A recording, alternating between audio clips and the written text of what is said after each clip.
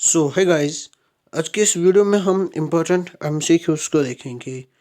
आज के जो एमसीक्यूज हैं वो साइंस एंड टेक के रिलेटेड हैं। नाउ बढ़ते हैं आगे, लेकिन आगे बढ़ने से पहले आपसे रिक्वेस्ट है, प्लीज़ वीडियो को लाइक करना और चैनल को सब्सक्राइब करना। नाउ क्वेश्चन क्या बोलता है, बायोमास मिशन के रेफरेंस में हमें कुछ स्टेटमेंट्स दिए गए हैं, उनको कंसिडर करना है। स्टेटमेंट क्या बोलता है, जो बायोमास मिशन है क्या इसको इंडियन स्पेस रिसर्च ऑर्गेनाइजेशन ने लॉन्च किया है ताकि जो वर्ल्ड के फॉरेस्ट्स हैं उनको मैप किया जाए। ठीक है, क्या जो ये मिशन है ये हमें इंफॉर्मेशन प्रोवाइड करता है about the state of the planets forests and how they are changing. जो फॉरेस्ट्स हैं उनकी इंफॉर्मेशन कैसे वो चेंज हो रहे हैं, which help to expand the knowledge about the role forests play in the carbon cycle। तो वो हमारी नॉलेज को एक्सपेंड करेगा कि जो फॉरेस्ट्स हैं वो कैसे प्ले करते हैं कार्बन साइकिल में। ठीक है, थर्ड स्टेटमेंट क्या बोलता है, satellite will be placed in a geosynchronous orbit. क्या ये सच बात है? तो कौन से स्टेटमेंट्स करेक्ट हो सकते हैं?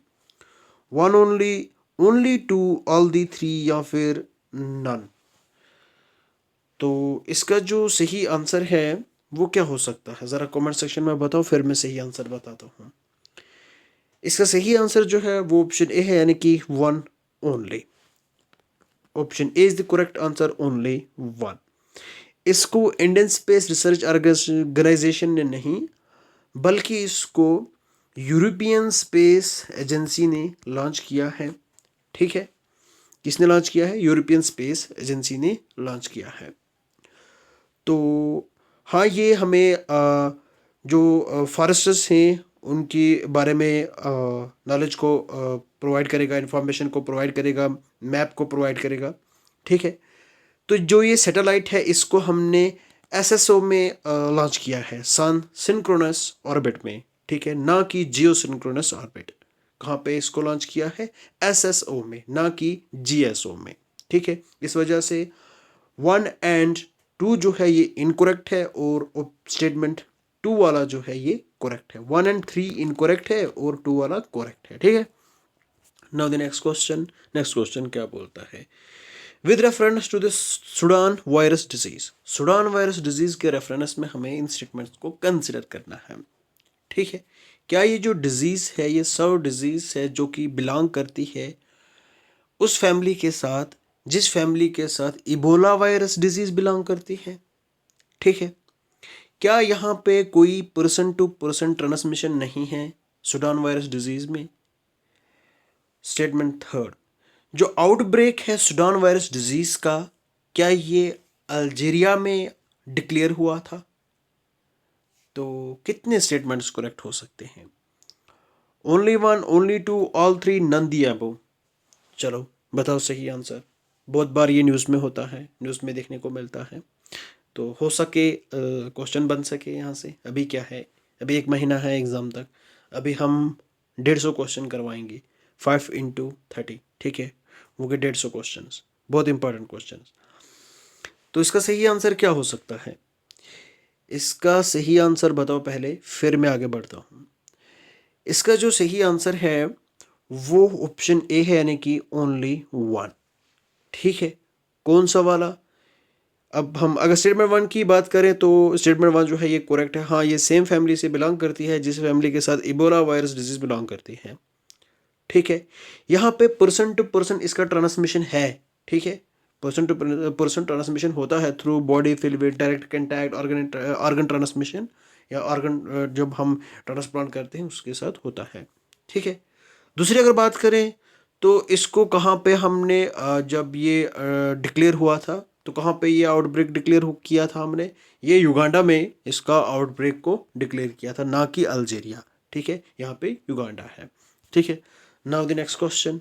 नेक्स्ट क्वेश्चन क्या बोलता है, ब्रेक थ्रू प्राइज जो है ये एक प्राइज है, ये किस कैटेगरी में दिया जाता है? ब्रेक थ्रू प्राइज जो है ये किस कैटेगरी में दिया जाता है? Life science, fundamental physics, sustainable development, mathematics या फिर अप्लाइड केमिस्ट्री। तो इसका सही आंसर क्या हो सकता है? 1 2 3 and 5, 1 and 3 only, 2 4 and 5 only, 1 2 and 4 only. चलो, इसका सही आंसर क्या हो सकता है? अगर इसकी सही आंसर की बात करें तो क्या हो सकता है? इसका सही आंसर जो है वो ऑप्शन डी है, यानी कि कौन कौन? इसका सही आंसर जो है वो ऑप्शन सॉरी कौन सा है? वो ऑप्शन डी है, यानी कि 1 2 एंड 4 ओनली। किस किस में? Life science, fundamental physics and mathematics. In three fields में इसको दिया जाता है। किस किस में? लाइफ साइंस, इसके साथ साथ फंडामेंटल फिजिक्स एंड मैथमेटिक्स। यहाँ पे सस्टेनेबल डेवलपमेंट और अप्लाइड केमिस्ट्री में नहीं दिया जाता। ठीक है, वो याद नहीं रखना कि इसमें कितनी प्राइस कितना दिया जाता है, ये वगैरह कब से ये स्टार्ट किया था, ये एग्ज़ाम में नहीं आएगा। बस इतना ही आएगा कि किस फील्ड में दिया गया है, और ये बहुत सारे लोगों को दिया गया है, तो इस वजह से उनकी मतलब नाम याद नहीं रखने हैं। बहुत सारी टीम्स हैं, बहुत सारे लोग हैं, तो ये शॉर्ट में लाइफ साइंस मैंने पढ़ा है, वो इसका मतलब एनालिसिस वो उतना अच्छा नहीं है, तो इसलिए मैं शॉर्ट शॉर्ट में आपको यहाँ पे बता रहा हूँ। Consider the following planets. इन प्लैनेट्स को देखना है: Earth, Mercury, Venus, Jupiter and star. तो हमें क्रोनोलॉजिकल ऑर्डर बोलनी है इनके टेम्परेचर की, लेकिन हमें लो टू हाई जाना है, लो से हाई। ठीक है, यानी कि सबसे कम किसका है और सबसे ज़्यादा किसका है। तो क्या क्रोनोलॉजिकल ऑर्डर हो सकती है? बहुत सारी क्रोनोलॉजिकल ऑर्डर्स है, लेकिन हम सही आंसर को चुनेंगे। इसका सही आंसर जो है वो सी है, यानी कि सबसे कम अगर हम बात करें तो 5, यानी कि स्टर्न स्टर्न का टेम्परेचर जो है वो लो है। उसके बाद जुपिटर, जुपिटर का टर्न कहता हूँ, सॉरी, टेम्परेचर वो स्टर्न से ज़्यादा है थोड़ा सा। ठीक है, उसके बाद आती है अर्थ। ठीक है, क्या? अर्थ। उसके बाद होगी हमारी कौन सी? उसके बाद होगी मरकरी। ठीक है, उसके बाद वेनस। ठीक है, कहोगे कि यार अगर मरकरी जो है ये तो सबसे नियरेस्ट है सन के, इसका टेम्परेचर वेनस से क्यों कम है? ठीक है, लेकिन इसमें एक वजह है, क्या है? जो वेनस का एटमॉस्फेयर है वो थिन है एज कंपेयर टू मरकरी। ठीक है, तो इस वजह से सबसे ज़्यादा टेम्परेचर किसका है? वो हमारे पास वेनस का है सबसे ज़्यादा। ठीक है, उसके बाद मरकरी का। ठीक है, उसके बाद अर्थ का। ठीक है, उसके बाद जुपिटर का, और उसके बाद सटर्न का। ठीक है, लास्ट में स्टर्न आता है। ठीक, now the next question. Next question क्या बोलता है? जो मैग्नीशियम है अगर उसकी डिफिशिएंसी होगी हमारी बॉडी में तो क्या होगा? कौन कौन सी चीज़ें आएंगी? ठीक है, स्टेटमेंट 1 क्या बोलता है? Consequences for cardiovascular health. ठीक है, इंक्रीज्ड रिस्क ऑफ हाइपरटेंशन, या फिर टायर्ड एंड लेथरिक फीलिंग, इसके साथ साथ weakening of muscles and bones. तो सही आंसर क्या हो सकता है? करेक्ट आंसर यहाँ पे हमें कोड से सिलेक्ट करना है। 2 and 3 only, 1 2 and 3, 3 and 4 only, 1 2 3 and 4। बताओ सही आंसर। तो इसका सही आंसर जो है वो ऑप्शन डी है, यानी कि 1 2 3 एंड 4। कौन कौन सा? 1 2 3 एंड 4।